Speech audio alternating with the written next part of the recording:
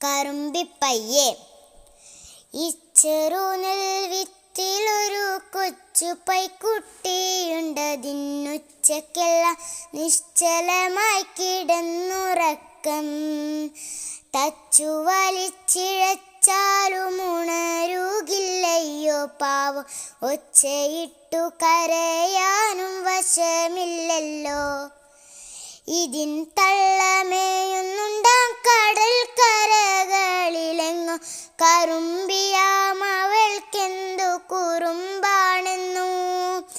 വിളിച്ചാൽ വരില്ല, മെല്ലെ തെളിച്ചാൽ വാലുമുയർത്തി കുതിച്ചോടി കുന്നിൻ മോളിൽ കളിച്ചു നിൽക്കും.